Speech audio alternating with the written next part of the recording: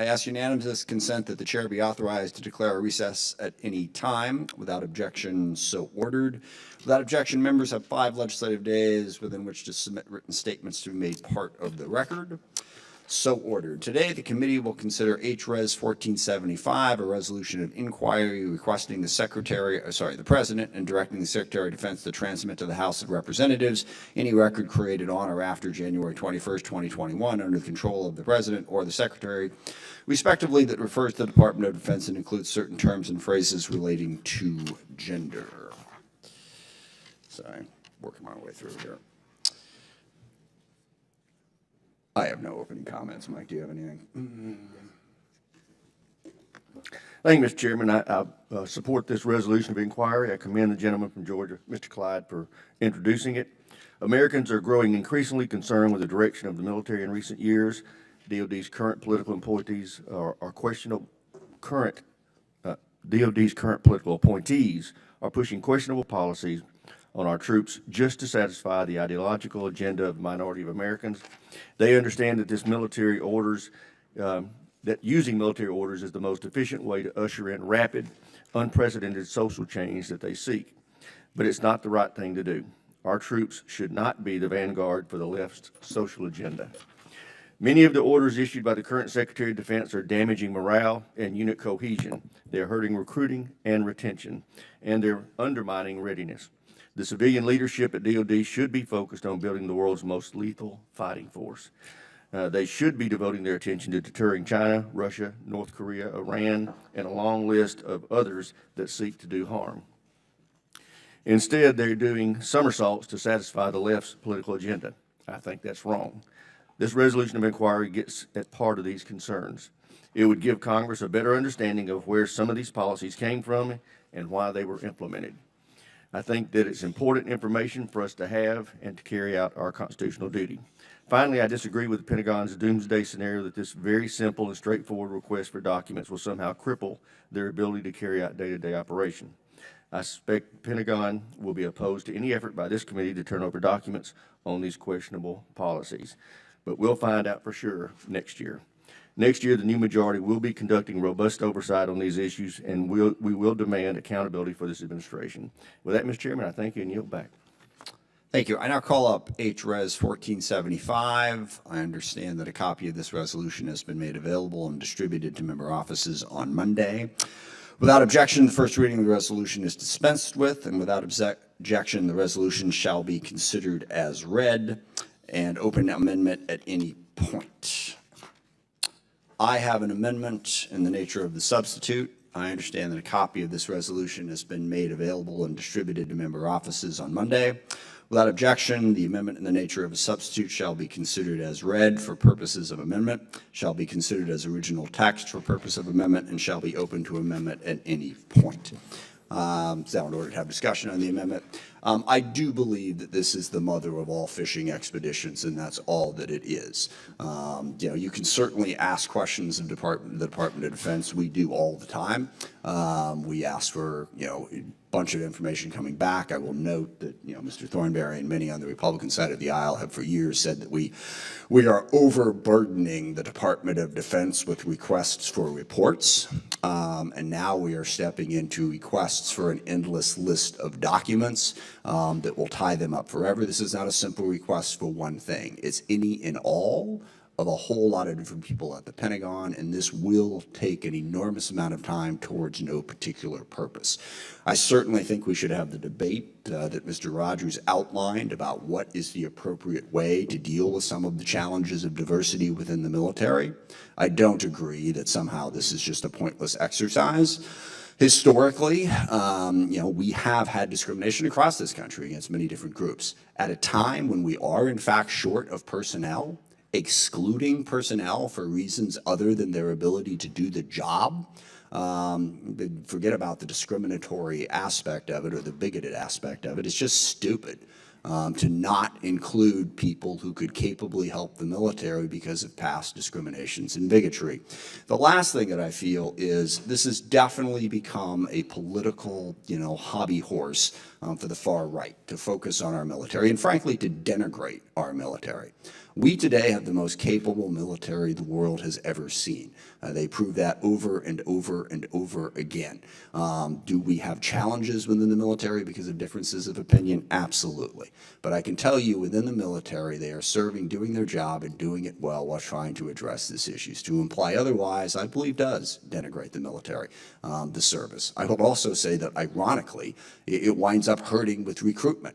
If you have a group of people dedicating their time to going out there and trashing the military for not doing their job and not being capable, it does make it more likely that people won't want to join.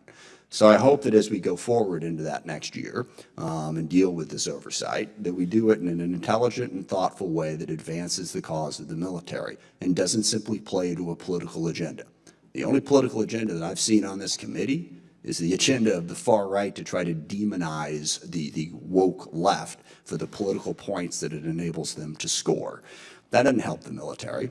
Helps a lot of members raise money, I'll say that, but it certainly does not help the military. So this is not a good way to address very serious issues, and I urge, well, the voting gets a little complicated, but let's just say that at a certain point, once we get done here, there's going to be a recommendation to advance this, what's the word? Unfavorably, that's the word. And that is what I will support. For now, we have an amendment before us that is a substitute amendment, which we will have to deal with in a moment. But further discussion.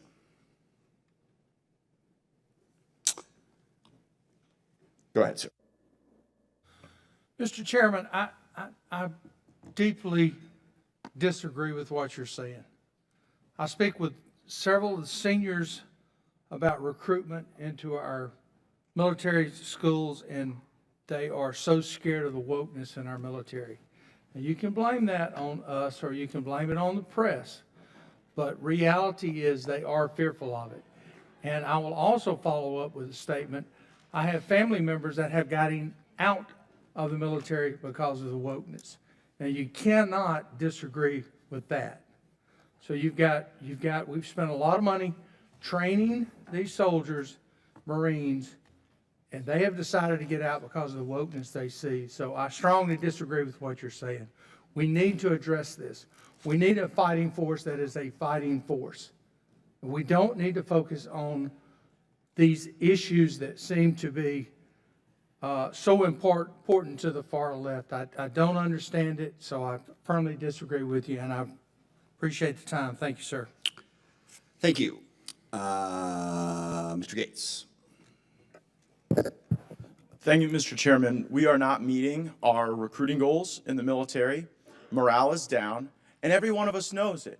And we see it manifest in really what I think is one of the greatest honors we have, and that is our Academy Service nominations. I recall when I came to the Congress 6 years ago, we got our pick of the litter, the best of the best, brightest of the brightest. And every one of us has seen the number of people apply for Academy noms go down, and we've seen an impact on quality based on how people are currently perceiving our military. The woke ideology that Secretary Austin has advanced has harmed our military, and I take particular note of a report titled Fighting the Culture War Within the U.S. Navy, conducted by Senator Cotton, Congressman Banks, Congressman Crenshaw, and Congressman Gallagher. And that report serves as a roadmap as to how to try to restore trust and confidence. There was one lieutenant currently on active duty who lamented, quote, "Sometimes I think we care more about whether we have enough diversity officers than if we'll survive a fight with the Chinese Navy." She continued, quote, "It's criminal to think that they think my only value is as a black woman, but if you cut our ship open with a missile, we'll all bleed the same color." And this culture war that we see with radical race ideology and radical gender ideology is intermingled, and it permeates all aspects of the Department of Defense and has even bled into the VA. In July of 2021, VA Secretary McDonough announced that his department would provide gender reassignment surgeries, and he described that as the path of progress. Now, Secretary Austin assures us that the DoD hasn't gone woke, but on August 30th, the Army's Diversity, Equity, and Inclusion and Accessibility Office hosted a gender inclusion workshop. The workshop, quote, "The workshop will cover discussion training on gender identity, transgender, and non-binary 101. I shudder to think what non-binary 102 would be. the use of pronouns and other best practices in gender inclusivity, close quote. This radical gender policy also was reflected at the beginning of January in 2021 when the military's health insurance provider, TRICARE, began including hormone replacement therapy as one of its covered services. So it raises the question, why is this resolution necessary? And it's because we don't get straight answers when we ask them directly of the Secretary of Defense and top military leadership. I remember asking the Secretary about critical race theory, and he barked at me that there is no critical race theory in the military. And then Mr. Waltz brought the receipts and actually went through the curriculum with critical race theory text that is being offered throughout the pedagogy of the United States military.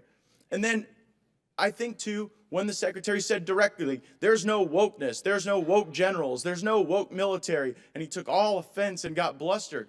And then I get this picture from a service member at the Davis Air Force Base in Arizona, and at the very entrance to the wing where all of the airmen go in, a guide about how to be woke.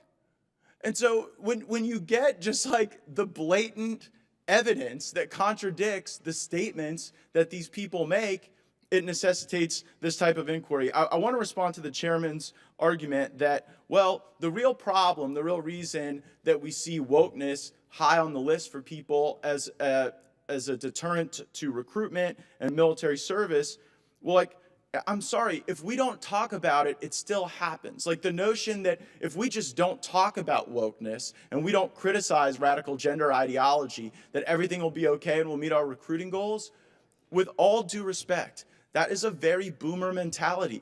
This stuff gets shared on social media. This gets shared in messaging applications. The notion that our service members don't talk to one another, don't share their concerns, and don't reflect on them is a bit naive. And so I don't think that it is effective leadership for us to put our head in the sand and say, well, whenever we see things like the guide to how to be woke, whenever we see the curriculum that Mr. Waltz put before the committee, whenever we see the report that Mr. Gallagher, Mr. Banks, Mr. Crenshaw, and Senator Cotton put together showing how this is impacting people, we should not ignore those things. We should investigate them, and we should root them out. And I have every confidence under Chairman Rogers' leadership and during the upcoming Republican majority, we will do just that. We will dig into this wokeness, we will get it out of our military, and we will restore the confidence in the greatest fighting force the world has ever known. I yield back. Thank you. I accept the generational insult there, but I will say that even us old folk, Matt, know that things do get generated and spread around. My point is that if you generate stuff that is dishonest for political purposes, it gets spread around and causes damage. I have no doubt that it's being spread around. I do understand how. I would just suggest it was Secretary Austin. It is my who was time, doing Mr. stuff Gates. You for- do not have time at the moment. You do not have time. It's not your time. So anyway, Ms. Jacobs, you are recognized. Thank you, Mr. Chairman. I just want to say how disappointed I am that we're having this conversation instead of dealing with actual national security needs in this body. And I appreciate your poster, Mr. Gates, but I just think that it's important we recognize that this is not just some academic conversation about wokeness, and this is not something to poke fun at. Many of you know I have a trans sibling and a gender nonconforming sibling, and I can tell you the conversations we have in this body, the things that young people hear us say about their identities, it has real consequences on their mental health. And I think we all need to be mindful of that as we're having this conversation. These are people who want to serve in our military, and let's be clear, their sexual and gender identity has nothing to do with their ability to complete that mission. So I hope that all of us here will be voting to report this resolution unfavorably, because this has real world consequences for people across the country, and I would hate to see more young people who feel like their government doesn't believe they have a right to exist. I yield back. Thank you. Is there further discussion? Ms. Bice. Thank you, Mr. Chairman. I disagree with my colleague from California. I wanted to share a story of a visit that I had to Fort Sill last year. I was visiting for my first time. The commander lined up several of the basic training cadets to share with me and another member that was with me that day their perspective on why they were there. And a gentleman said to me, point blank, "I'm here because I want the government to pay for my gender reassignment surgery." That's not why you join the military. And it jeopardizes every single one of our service members that are there to serve. It was shocking that he would actually verbalize that in front of all of those officers and other cadets standing there. So this is an issue, and I do think that we should be looking at it. Mr. Chairman, if I may, I'd like to yield the balance of my time to Mr. Gates. To Ms. Bice, I don't question the patriotism of people who are in the military of any gender.